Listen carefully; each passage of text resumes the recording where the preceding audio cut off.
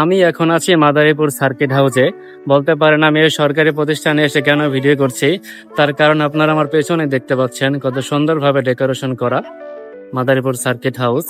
যার কারণে আমার এখানে আসা। আমি আপনাদেরকে আমার আগের ব্লগে বলেছিলাম যে আপনারা চাইলে আমি এটা নিয়ে ভিডিও করব, যদিও আপনারা চান নাই, কিন্তু আমার মনটা আসলে গেঁথেছিল যে আমি একটা ভিডিও করব, যার কারণে আমার এখানে আসা।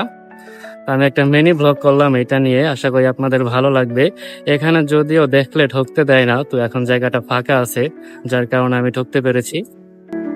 মাদারীপুরের সার্কিট হাউস জেলার একটি গুরুত্বপূর্ণ সরকারি আবাসস্থল। এটি মাদারীপুর শহরের ২ নং শকুনি এলাকায় অবস্থিত। এখানে ভিআইপি এবং নন ভিআইপি উভয় ধরনের কক্ষ রয়েছে এবং কিছু কক্ষে শীতাতপ নিয়ন্ত্রণের ব্যবস্থাও আছে। যাই হোক, এর ভিতরে কি আছে বা না আছে সেটা বলা আমার মূল উদ্দেশ্য নয়। আমি আপনাদেরকে এর পরিবেশটা দেখাতে চাই যে কত সুন্দর করে ডেকোরেট করা, যার জন্যই আমার এটা ভিডিও করা। মাদারীপুর সার্কিট হাউসে 2টা প্রবেশপথ রয়েছে। দুটো প্রবেশপথ দিয়ে আপনারা যদি প্রবেশ করেন তাহলে এর দুই পাশেই সুন্দর সুন্দর ফুলের গাছ দেখতে পাবেন। আপনারা যারা মাদারীপুর লেকে যাওয়া আসা করেন তারা এখানে এসে ছবি তুলে যেতে পারেন। অনেককেই দেখি এখানে ছবি তুলতে। আমি যতবার গিয়েছি ততবারই দেখেছি অনেক মানুষকে ছবি তুলতে এখানে। তবে এটার বেশি ভিতরে প্রবেশ না করাই ভালো, কারণ যেহেতু এটা একটা সরকারি কর্মকর্তাদের আবাসস্থল, এর ভিতরে প্রবেশ করায় নিষেধাজ্ঞা আছে এবং যিনি এর দায়িত্বে আছেন বেশি ভিতরে প্রবেশ করলে তিনি অনেক রাগান্বিত হন। তাই বেশি ভিতরে প্রবেশ না করাই ভালো। দেখা গেল ভালো একটা মন নিয়ে যাবেন, কিন্তু তার কথা শুনে আপনাদের মনটা খারাপ হয়ে যাবে। সার্কিট হাউসে প্রবেশ করার জন্য 2টি প্রবেশপথ পাবেন। আমি পশ্চিম দিকের গেট দিয়ে প্রবেশ করেছি, আর পূর্ব দিকের যে প্রবেশপথ রয়েছে সেটা সবসময় তালাবদ্ধ থাকে। এখন যেই ফুলগুলো দেখতে পাচ্ছেন এই ফুলগুলো হলো পশ্চিম দিকের গেটের সামনে। এটা হলো সার্কিট হাউসের পশ্চিম দিক। পূর্ব দিকটা অনেক সুন্দর, আমি পূর্ব দিকটাও আপনাদেরকে দেখাবো। এখন আমি সার্কিট হাউসের একদম কেন্দ্রস্থলে আছি। আপনারা দেখতেই পাচ্ছেন আমার সামনে সার্কিট হাউসের বিল্ডিং। আমি সার্কিট হাউসের ভিতরে প্রবেশ করে এর চারপাশের সব দিকেই আমি ভিডিও করেছি। আপনাদেরকে একটা কথা বলে রাখি যে ভুলেও আপনারা এই দিকে যাবেন না, বিশেষ করে আপনারা পূর্ব দিকে যাবেন না, কারণ এদিকে গেলে তারা অনেক ঝামেলা করে। তো আমি 5টার দিকে গিয়েছিলাম, তখন কেউ ছিল না, তাই আমি সাহস করে ভিতরে গিয়েছিলাম। ভাগ্য ভালো যে আমাকে দেখে নাই।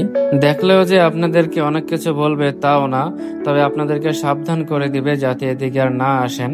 আমি এখন পশ্চিম দিক থেকে পূর্ব দিকে আসলাম। দেখতেই পাচ্ছেন এই দিকটাও সুন্দর করে সাজানো, বিশেষ করে এর পূর্ব দক্ষিণ দিকটা অনেক বেশি সাজানো সার্কিট হাউসের একটু পিছনে।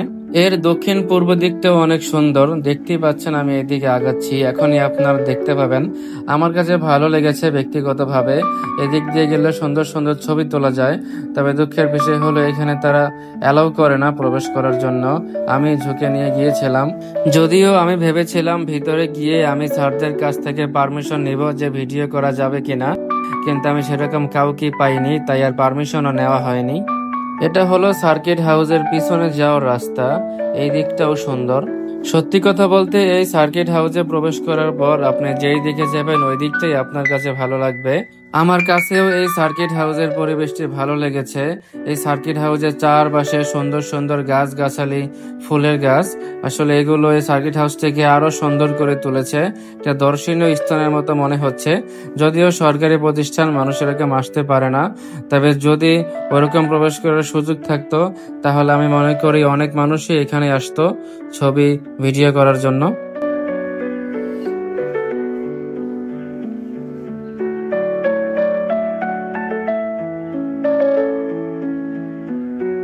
এখন যেমনটি দেখতে পাচ্ছেন এর পূর্ব দিকের সম্পূর্ণটি এরকম করে সাজানো।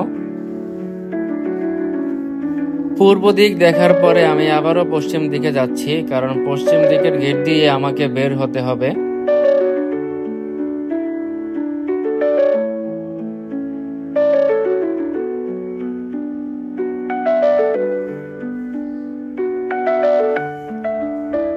আপনারা দেখতে পাচ্ছেন এর বিল্ডিং এর ভিতরে টবে করে সুন্দর সুন্দর গাছ এবং ফুলের গাছ রাখা। বিষয়টি আমার কাছে অনেক ভালো লেগেছে।